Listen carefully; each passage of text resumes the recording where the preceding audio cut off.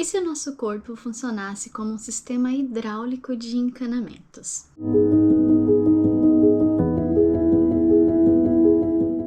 Hoje nós vamos falar sobre o médico grego Galeno durante o período do Império Romano. O Galeno era um médico dos gladiadores na época.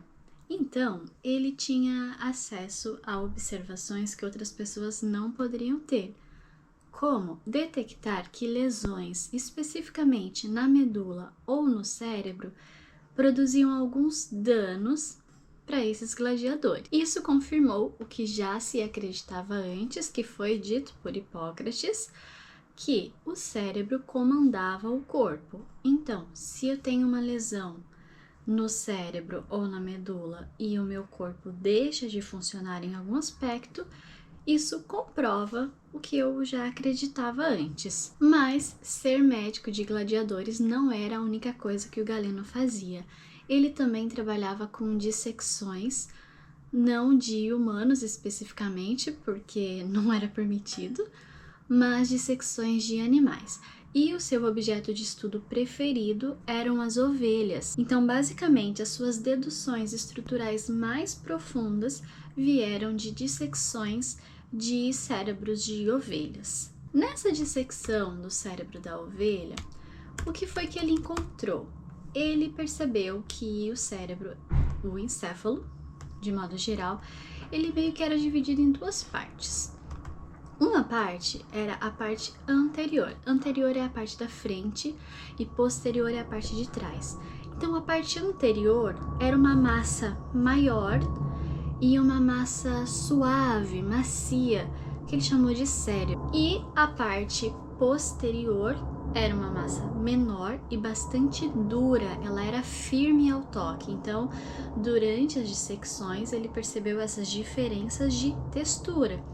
E lembra que a gente já tinha uma dedução lá de que a estrutura do órgão prediz a sua função? Ele aplicou esse princípio aqui também.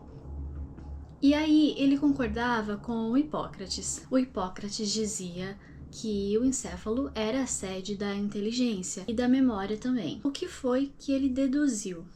Como o cérebro é macio ao toque, ele é uma estrutura fácil de imprimir, como se fosse uma massa de modelar, e ele acreditava que as memórias eram impressas no tecido do cérebro, porque ele era molinho, era mais fácil de fazer isso.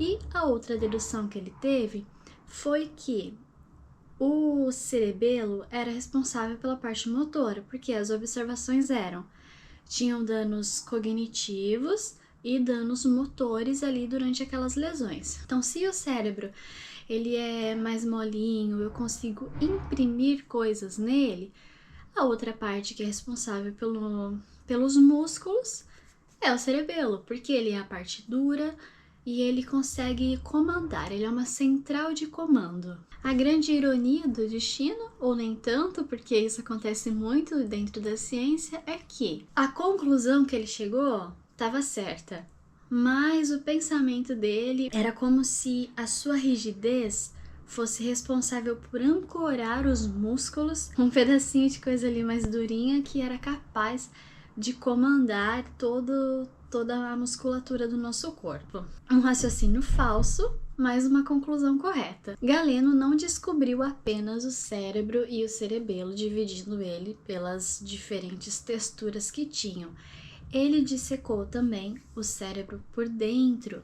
Então, ele não olhou apenas a estrutura externa, mas ele fez um corte e descobriu que o cérebro não era uma massa homogênea, que não era uma massa completa que ficava ali, mas teve uma grande surpresa de que quando ele abriu e viu o meio do cérebro, existia um buraco. Ele encontrou espaços ocos que achou semelhante aos do coração, então ele chamou de ventrículos. Dentro desses espaços ocos que ele encontrou, tinham alguns fluidos, o que acabou culminando para ele na comprovação da teoria que já era vigente na época, que era a teoria dos quatro humores, a teoria dos fluidos.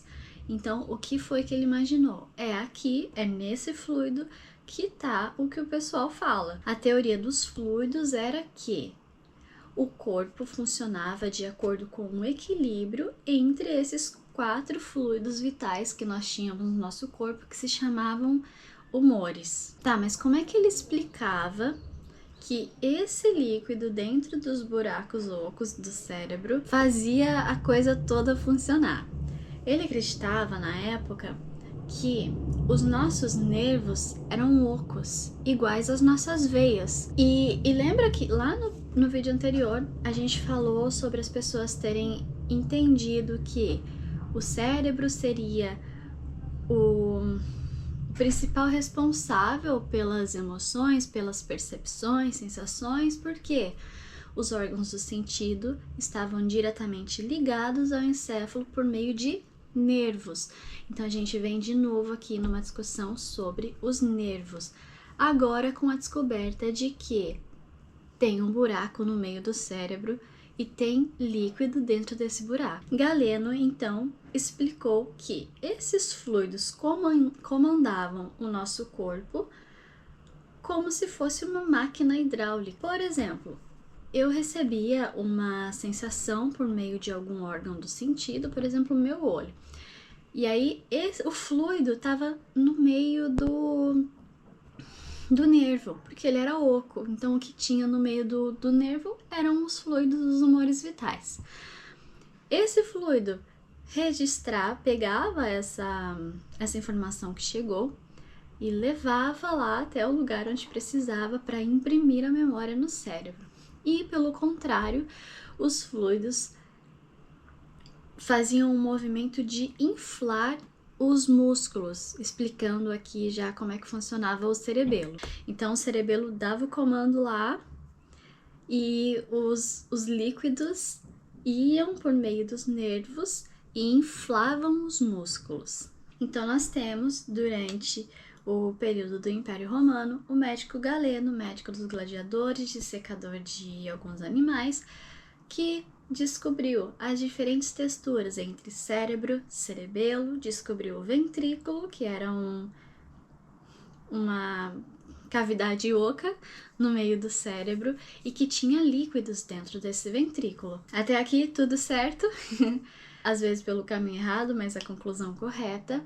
Mas aí ele acabou juntando com o conhecimento que tinha na época e criou a teoria da mecânica dos fluidos, que permaneceu inquestionável por mais de 1500 anos, até chegar ao próximo período, que foi a Renascença. Então, pra gente finalizar o que foi falado hoje, um pouquinho do último vídeo também, nós temos os egípcios, 3000 a.C., acreditavam que a sede do intelecto e da alma era o coração, e o cérebro era só um órgão descartado durante o processo de morte e mumificação. Depois nós temos Aristóteles, que vai dizer que a sede do intelecto e da alma de fato é o coração, mas o cérebro tinha lá a sua importância. Ele era um resfriador, então ele trabalhava como um radiador térmico para resfriar todo o coração que vinha, o sangue que vinha fervilhante do coração. E agora nós temos Hipócrates, que falou que não, a sede do intelecto era o encéfalo, e Galeno, que concordou com ele.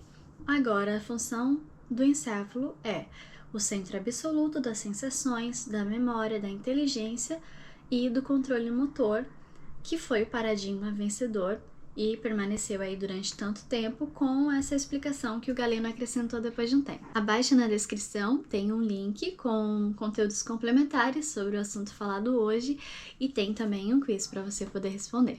Espero que tenha gostado e até a próxima!